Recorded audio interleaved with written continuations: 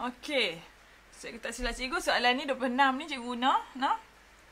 Nampak ke kat skrin? Nampak nah? Okey. Soalan 26 ni senang je. Dia tanya what is the yellow precipitate formed when sodium react with sulfuric acid. So, yellow precipitate tu adalah sulfur. Yang ni senang je. Kan? Sodium thiosulfate. Sulfate tu ada sulfur dalam dia. It will produce sulfur. Yang yellow tu. And then, next. Which of the following reactant produce the highest rate of reaction with zinc powder? Tak tahu lah yang ni cikgu guna ke tak tahu dalam quizzes tu. Tak apa, kita bincang lah. Okay, you can see the concentration of all this acid is 0.1. So, it have same molarity. But, in this question, we must know that acid, there is two type of acid. Siapa boleh bagi tahu? Siapa boleh bagi tahu? Type of acid. Strong and weak. Strong and weak. Okay, thank you. Strong and weak. Weak acid. Okay, cikgu bagi example. Nah, sambil tu apa buatlah kertas putih. Tulis. Nah, jangan tengok saja. Tak keluar. Okay, strong. Contoh strong. Strong, HCl, acid hidroklorik, acid nitrik, acid sulfuric yang biasa kita guna. Okay. Weak. Weak satu je lah. Weak ni awak tak masuk lagi belajar dalam pelatihan karbon. Formula dia pun awak tak tahu macam mana terhasilnya formula dia. Sebab dia jenis molekul. Dia molekul. Tapi bila dalam in water dia akan jadi ion lah. CH3COOH. Ini nama dia ethanoic acid. You will learn in hydrocarbon compound next year. Okay. So, ambil je lah example for weak acid is ethanoic acid. Example for strong acid is ni. Nah. Ataupun macam mana awak nak tahu cikgu? Macam mana saya nak tahu kan? Okay. Ethanoic acid tengok hidrogen dekat belakang ni. Beza dah. Kalau strong. Tapi yang ni bukanlah jawab dalam soalan lah. Kita macam boleh nampak lah. Okay. Strong acid ni hidrogen dia duduk kat depan. Ethanoic acid hidrogen dekat belakang. Okay, so dalam strong pula boleh dibagikan kepada dua pula dia punya the strongest of the acid tu. Siapa tahu? Walaupun semua ni strong tu pun ada dia bezanya. Siapa boleh tahu? Cikgu bagi hint. Dia mula dengan huruf D dengan satu lagi M. Ingat lagi tak? Monoprotic. Yes, monoprotic. Satu lagi diprotic. So, what is mean by monoprotic? Monoprotic will produce monoprotic. Diprotic. Monoprotic will produce 1 mole of hydrogen. Nah? Produce 1 mole of hydrogen ion. But, diprotic will produce double. Double tu maksudnya 2 mole lah. 2 mole of hydrogen ion. Kita ada satu lagi tak? Triprotic. Tapi kita tak tahulah ada ke tak. Dalam nasibah kita bincang tentang triprotic. Apalah. So, you can see hydrochloric acid dengan acid nitrik ni H dia ada 1. So, dia adalah kategori monoprotic. Monoprotic. Dekat tau. Tapi cikgu buat tu. Macam tu je lah. So, acid sulfuric adalah diprotic. So, kita tengok soalan ni ada tak acid sulfuric? Ada. Okay. Apalah. Okay, sebab dia kata, which reactant will produce the highest? So, the highest must have the highest concentration of acid. Of hydrogen ion actually. Nah. Jadi, jawapan dia A. Sebab dia guna sulfuric acid. Sulfuric acid will give hydrogen ion, concentration of hydrogen ion double. The higher concentration of hydrogen ion compared to the others. Okay. Cikgu harap okey lah penerangan cikgu nak. Okey, lepas tu soalan 28 ni. Soalan 28 dia kata an experiment to study the effect of concentration on the rate of reaction. Different concentration is used with acid hydrochloric. Which graph show the result? So, awak tengok graph ni semuanya concentration versus 1/time. Okay. 1/time for this 1/time to represent rate of reaction.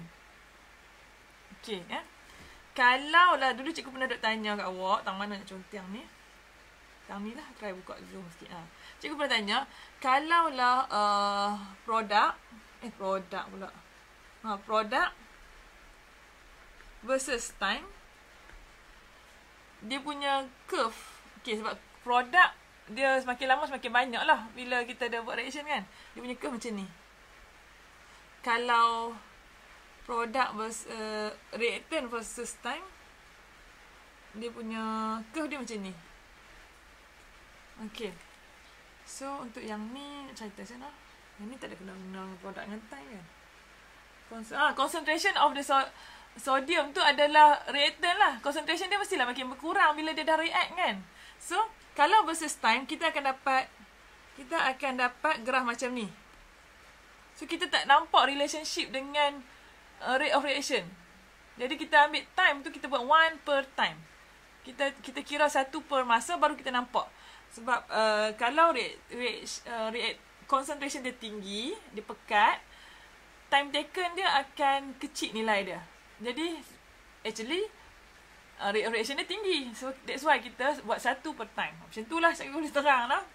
Jadi kalau kita buat dah graf, lepas kita buat eksperimen, kita akan dapat macam ni.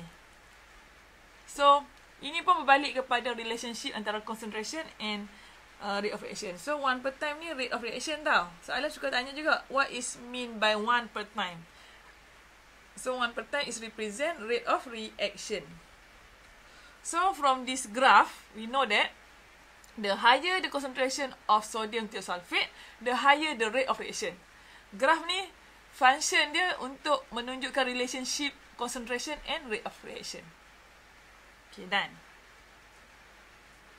Okay, soalan ni cikgu rasa cikgu tak bagi dalam quizzes. Cikgu bagi ke tak lah? Cikgu rasa cikgu tak bagi kot soalan 20 nilai ni. Tak ingat lah. Ingat lagi tak? Awak mesti tak ingat dah kan? Excess marble, okay, tak apa dah. Experiment carried out to study the rate of reaction between marble and acid hydrochloric to produce carbon dioxide. And then experiment 1, you nampak excess marble with 50 cm3 and using 2 mole. But experiment 2 using 1 mole. Cikgu rasa tak ada dalam quizzes. Tak apalah, kita bincang je lah. So kita tahu experiment 1 ni higher concentration. So yang mana graf yang represent experiment 1 and experiment 2? Tengok macam-macam graf dia bagi. Jadi awak kena tahu. Okay, graf D ni menunjukkan dia punya produk tu sama.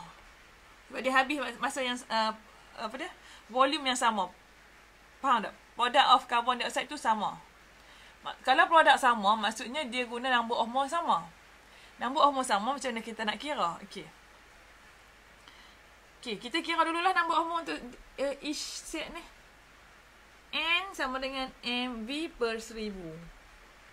So set 1, M dia 2, V dia 50 bahagi 1000.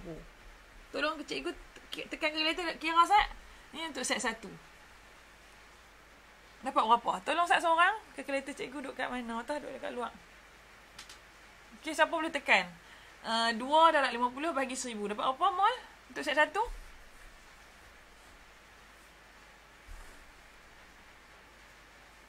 0.1 kuah kata. Okay, so set 1 digunakan 0.1 mol. 0.1. Ya. Kira set 2 pula. Set 1, set 2. Set 2, 50 darab 1 bagi 1000. Ni set 1.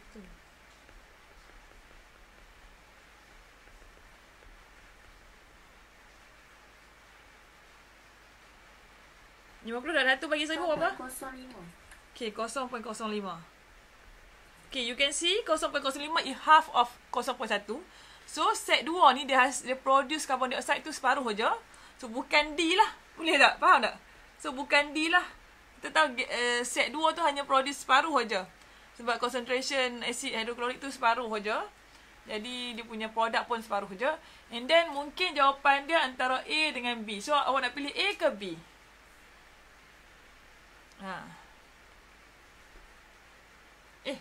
Yang A, okay. A, okay. Kita nampak satu tu dia guna concentration dia higher. Jadi, yang ni betul. 2 tu 2 tu apa dia, produk dia separuh daripada 1. Kat sini salah dah. Yang ni menunjukkan set 2 tu produk dia 2 kali ganda 1. Salah. Kalau tengok bilangan mol tu, set 2 akan menghasilkan produk yang separuh daripada 1. Okey. Dan yang C tu kenapa salah? Kerana set 2 ni menunjukkan the rate of reaction dia tu higher than set 1. Sebab dia steeper. Dia steeper than set 2 ke set 1. Dia steeper. Maksudnya, tak tahu lah nak lukis macam mana ni. Awak boleh tengok dia steeper lah. So, kita tahu yang set 1 yang the higher concentration. So, set 1 dia akan steeper than set 2. Steeper tu lebih cerun. Cara dia punya produce carbon dioxide tu lebih macam agresif lah gitu. Okay, so set. Jawapan dia A. Macam tu lah cara kita nak tahu graf yang terhasil. Boleh Okay, dah. Yang cikgu tak pasti soalan 30 ni ajak ke tak? 30 ajak ke tak? Ada kot. Tak ada ni. Okay. In an experiment, the decomposition of 25 cm3 of 0.1 hydrogen peroxide will produce oxygen gas. In this experiment this repeated. Okay, ni soalan 5 ni. Experiment ni repeated using another solution. Which solution will produce curve Q? Faham.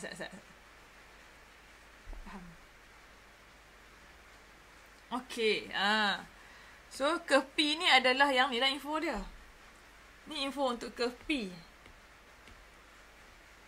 Okay. Curve P dia guna 25 dengan 0.1 mol. Cari bilangan mol curve P. N sama dengan mv per 1000. 25 darab dengan 0.1 bagi 1000. Berapa? Curve P guna berapa mol? Hydrogen peroxide. Tolong kira sekejap cikgu. Berapa bilangan mol curve P guna? Yang apa? Eksperimen yang dia buat tu. Kuah jawab yang mana? Yang ni ya. Yang ni tadi kot kuah. Okey. Tolong apa kira-kira 25 darab 0.1 bahagi 1000. Ini adalah number of mole untuk P. Okey. 0, thank you. Jiang Jo, JJ, 0.0025. Okay, jadi ini P. And then this experiment repeated using solution Q. And then dapat graf macam tu.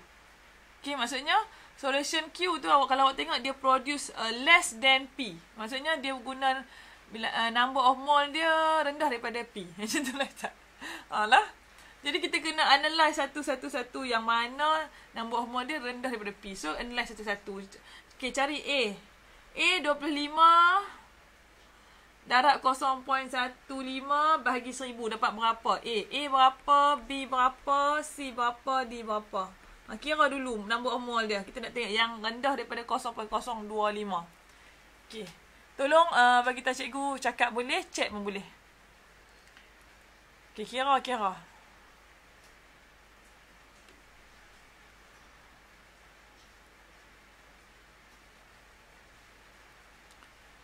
Okay, I wait for your calculation. Thank you semua yang calculate, yang jawab. You get engaged with me in this online learning. Cikgu rasa puas lah kalau kamu maksudnya tak dengar saja kan, buat. Okay, siapa boleh share dengan cikgu A berapa, B berapa? Share satu pun tak apa. Tahu nak kira kan? MV per 1000, 25 darab 0.15 bagi 1000 apa? Siap nampak no? Nak tekan calculator lagi, nak tekan kat chat lagi. Ataupun nak buka mikrofon lagi nak cakap dengan cikgu. Okay, baik. Respon. Okay. JJ kata A 0.0375. Okay, we can see 0.0375 ni more than 0.025. So, A is wrong. Sebab? Sebab Q ni it produce less, the volume of oxygen gas less than P. Okay, B, JJ kata 0.003. So, also wrong.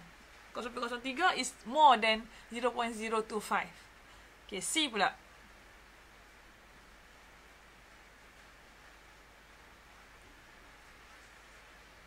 Ni soalan SPM ni tau. Okay. C kita dapat 0.0225. Okay. 0.0225. Bawah daripada 0.025. Okay. Jadi mungkin jawapan dia C. D pula. D 0.0015. So antara C dengan D yang mana kita nak pilih. Jadi yang ni sebenarnya cikgu pun keliru. Cikgu pun ada bincang kawan-kawan cikgu. Jadi cikgu pilih sebab kita tengok concentration dia sama kan. Dua-dua 0.15. Cuma mole yang produce tu je beza. So 0.025. Kalau kat sini 0.025. Kalau 0.025, cikgu rasa jawapan dia C lah.